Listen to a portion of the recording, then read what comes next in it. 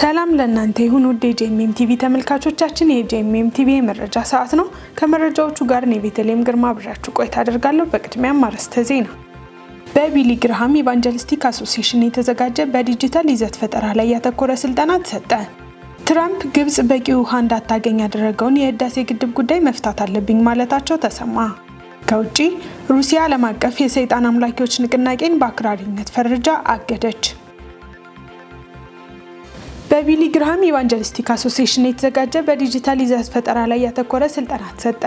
በቢሊ ግርሃም ኢቫንጀሊስቲክ አሶሲዬሽን የተዘጋጀ የአንድ ቀን ስልጠና 60 ለሚሆኑ በማህበራዊ ሚዲያ፣ በሬዲዮ፣ በቴሌቪዥን እና በህትመት ለሚያገለግሉ ክርስቲያን አገልጋዮች ተሰጥቷል። ጥር 7 ቀን 2018 ዓ.ም በኢትዮጵያ መጽሐፍ ቅዱስ ማህበር ህንጻ በሚገኘው አዳራሽ ለአንድ ቀን በተካሄደው በዚሁ መርሃ ግብር በዘርፉ ከፍተኛ እውቀትና ልምድ ባላቸው አሰልጣኞች ስልጠናው መሰጠቱ ታውቋል። የዲጂታል ይዘት ፈጠራ በአሁኑ ጊዜ ቤተክርስቲያን ከዘመኑ ጋር እንድትሄድ የሚረዳትና ብዙሃኑን ተጠቃሚ በወንጌል ለማድረስ አይነተኛ የወንጌል ማሰራጫ መንገድ በመሆኑ ቤተክርስቲያን ትኩረት ልታደርግ እንደሚገባት ስልጠናውን በንግግር የከፈቱት የወንጌል ማህበሩ የጽህፈት ቤት ኃላፊ አዲስ ያማዶ ተናግረዋል። የዲጂታል ይዘት ፈጠራ ምንነት፣ የይዘት ፈጠራ መተግበሪያ መድረኮች፣ በይዘት ፈጠራ ወቅት ሊደረጉ የሚገባቸው የስነ ምግባር መርሆች፣ የማህበራዊ ሚዲያ ተጠቃሚዎች እንዴት መድረስ እንደሚቻል የሚረዱት ጽንሰ ሀሳቦች የተካተቱበትና ዘመን አመጣሹን ሰው ሰራሽ የማሰብ ችሎታ ወይም አርቲፊሻል ኢንተለጀንስ ላይ ያተኮሩ ርዕሰ ጉዳዮች በጠዋቱ ክፍለ ጊዜ ስልጠናውን በሰጡት በፀሐይ አክሊሉ አማካኝነት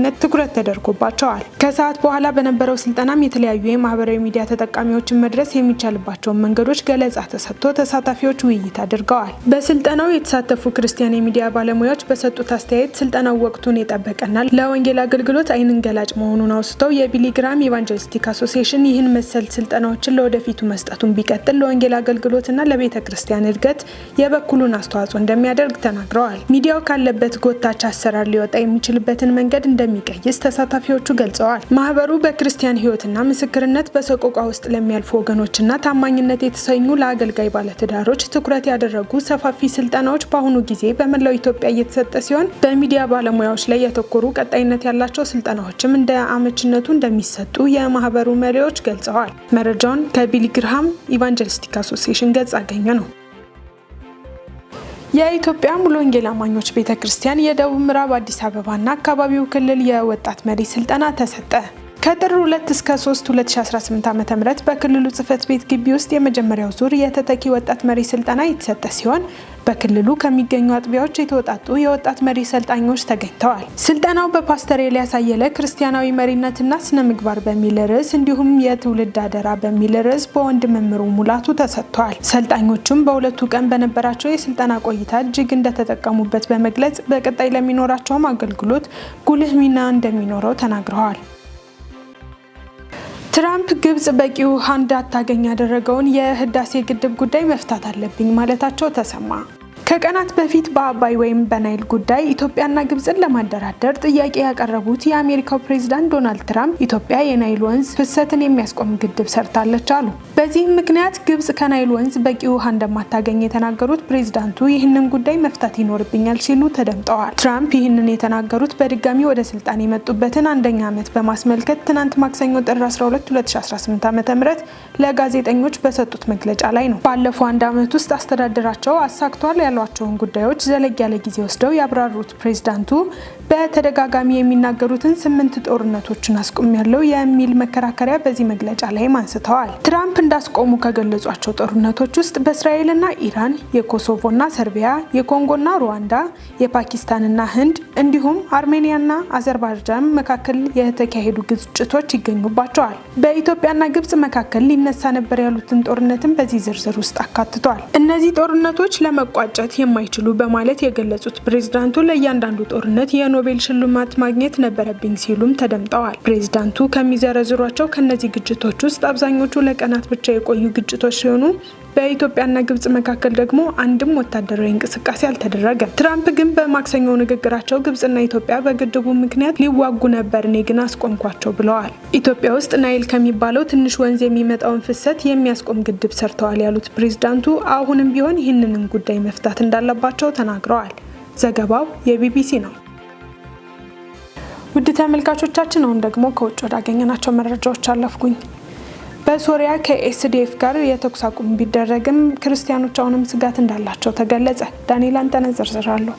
የሶሪያ መንግስት ከኩርድ የሚመራው የሶሪያ ዲሞክራቲክ ኃይል ኤስዲኤፍ ጋር በመላ ሀገሪቱ አፋጣኝ የተኩስ አቁም መውጣቱንም አስታውቋል። ይህ እርምጃ ለ2 ሳምንታት የቆየውን ግጭት ለማስቆም የተወሰደም ሲሆን በአጠቃላይ ወደ ሶሪያ አንድነት የሚያመራ እርምጃ መሆኑንም ባለስልጣናቱም ገልጸዋል። እንደ የመንግስት ሚዲያ ገለጻ ከሆነም የተኩስ አቁሙ 14 ነጥቦችን የያዘ ስምምነት አካል ሲሆን ኤስዲኤፍን ወደ ሶሪያ ወታደራዊና የጸጥታ መዋቅሮች ማዋሃድንም ያካትታል። ስምምነቱ ደማስቆ በሰሜናዊ ምስራቅ ሶሪያ ያሉ አላሳህ ዴር ዞርና ራቃ ግዛቶች ላይ ቁጥጥሩን እንደገና እንደሚያረጋግጥም ያስችለዋል። እነዚህም አብዛኛውን የሀገሪቱን የነዳጅና የጋዝ ሀብት የሚይዙ አካባቢዎችም ናቸው። በስምምነቱ መሰረትም የሶሪያ መንግስት ቀደም ሲል በኤስዲኤፍ የሚመሩ የሲቪል ተቋማት፣ የድንበር መተላለፊያዎችና የኤነርጂ መሰረተ ልማቶችንም ይቆጣጠራል። በተጨማሪም የኤስዲኤፍ ኃይሎች የማጥራት ስራም ከተሰራ በኋላም ወደ የመከላከያ የውስጥ ጉዳይ ሚኒስትሮችም ይዋሃዳሉ። በዚህም ስምምነቱ የኩርድ ቋንቋን ወደ ኦፊሴላዊ ሁኔታ መስጠትና የኩርድ አዲስ ዓመትን እንደ ብሔራዊ ባህል መቀበልን ጨምሮም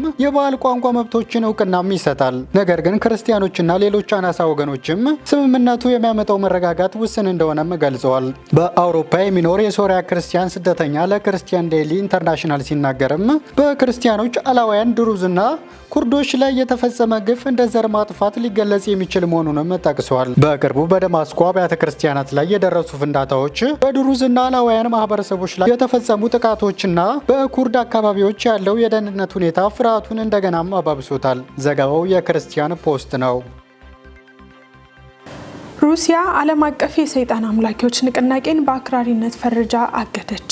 የሩሲያ ጠቅላይ ፍርድ ቤት ሰይጣን አምልኮንና ዓለም አቀፍ የሰይጣን አምላኪዎች ንቅናቄን በአክራሪነት በመፈረጅ በመላው ሀገሪቱ እንዳይንቀሳቀሱ ሙሉ በሙሉ ማገዱን አስታወቀ። ፍርድ ቤቱ በሰጠው ውሳኔ የሰይጣን አምልኮ ጠቅላላ መርሆዎችንና ማንኛውንም አይነት መናፍስታዊ ስርዓቶችን በሕግ የታገዱ አድርጓቸዋል። የሩሲያ አቃቤ ሕግ ውሳኔውን አስመልክቶ በሰጠው መግለጫ ድርጊቱ በመልካምና በክፉ መካከል ለዘመናት ለሚካሄደው ትግል የተገኘ የሕግ ድል መሆኑንም ገልጿል። ይህንን ውሳኔ ያስተላለፉት ዳኛ ኦሌግ ኔቬዶቭ ሲሆኑ እኒሁ ዳኛ እንደ አውሮፓውያን አቆጣጠር በ2023 ዓለም አቀፍ የኤልጂቢቲ ንቅናቄን በአክራሪነት ፈርጀው ማገዳቸው ይታወሳል። እንደቀደሙት መሰል ውሳኔዎች ሁሉ የዚህም ጉዳይ ክርክር በዝግ ችሎት እንዲታይ ተደርጓል። ይህ እገዳ ተግባራዊ ከመሆኑ በፊት ላለፈው 1 ዓመት ያህል የመንግስት ባለስልጣናት፣ የሃይማኖት መሪዎችና የመንግስት ደጋፊ የሆኑ የሚዲያ አውታሮች ሰፊ ቅስቀሳ ሲያካሂዱ ቆይተዋል። በዚህ ዘመቻ ውስጥ የኤልጂቢቲ ማህበረሰብ አባላት፣ ጽንስ ማስወረድን የሚደግፉ ወገኖች፣ ልጅ ላለመውለድ የሚሟገቱ ስብስቦችና የተለያዩ ንዑስ ባህሎች በሙሉ ከሰይጣን አምልኮ ጋር ተያይዘው ሲፈረጁ ቆይተዋል። የሩሲያ ኦርቶዶክስ ቤተክርስቲያን መሪ ፓትርያርክ ክሪል በጥር ወር ባስተላለፉት መልእክት የሰይጣን ሃይማኖታዊ ቡድኖች በሩሲያ ውስጥ በነጻነት ስርዓታቸውን ማከናወናቸውና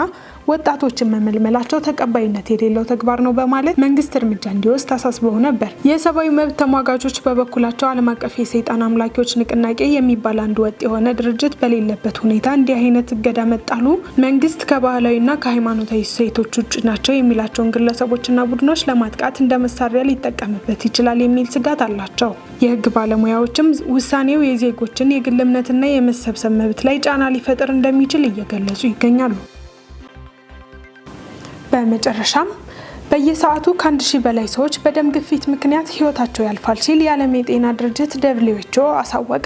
በዓለም የጤና ድርጅት WHO መረጃ መሰረት በየሰዓቱ ከ1000 በላይ ሰዎች በደም ግፊት ምክንያት በሚከሰት የልብ ድካምና በድንገተኛ የጭንቅላት ውስጥ ደም መፍሰስ ወይም ስትሮክ ህይወታቸውን ያጣሉ። ይህም ማለት በየቀኑ በአማካይ 24000 ሰዎች በዚህ ምክንያት ይሞታሉ ማለት ሲሆን አብዛኛዎቹን ሞቶች በቀላል የአኗኗር ዘይቤ ለውጦች መከላከል የሚቻሉ መሆናቸውን ገልጿል። ይህንን አደጋ ለመቀነስ የጨው መጠንን መቀነስና የተመጣጠነ ምግብ መመገብ እንደሚገባ ያሳሰበ ሲሆን የትንባሆ ምርቶችን መጠቀም ማቆም የልብ ህመም ስጋትን በግማሽ ይቀንሳል ብሏል። ዘወትር ስፖርታዊ እንቅስቃሴዎችን ማድረግና በቂ እንቅልፍ መተኛት እና ጭንቀትን መቀነስ በደም ግፊት ምክንያት በሚከሰት ህመም መከላከል እንደሚቻል ተገልጿል።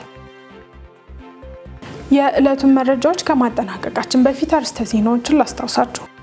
በቢሊ ግርሃም ኢቫንጀሊስቲክ አሶሲዬሽን የተዘጋጀ በዲጂታል ይዘት ፈጠራ ላይ ያተኮረ ስልጠና ተሰጠ። ትራምፕ ግብጽ በቂ ውሃ እንዳታገኝ ያደረገውን የህዳሴ ግድብ ጉዳይ መፍታት አለብኝ ማለታቸው ተሰማ። ከውጪ ሩሲያ ዓለም አቀፍ የሰይጣን አምላኪዎች ንቅናቄን በአክራሪነት ፈርጃ አገደች። ውድ ተመልካቾቻችን ለዕለቱ ያዝንላችሁ መረጃዎች እነዚህን ይመስሉ ነበር። ከመረጃዎቹ ጋር ነው ቤተልሔም ግርማ አብራችሁ ቆይታ አደረኩ። ያዘጋጁላችሁ ዳንኤል አንተነህና ነጻነቱ አቁማ በጋራ በመሆን ነበር። ከቀሪ ጄኤምኤም ዝግጅቶች ጋር መልካም ጊዜ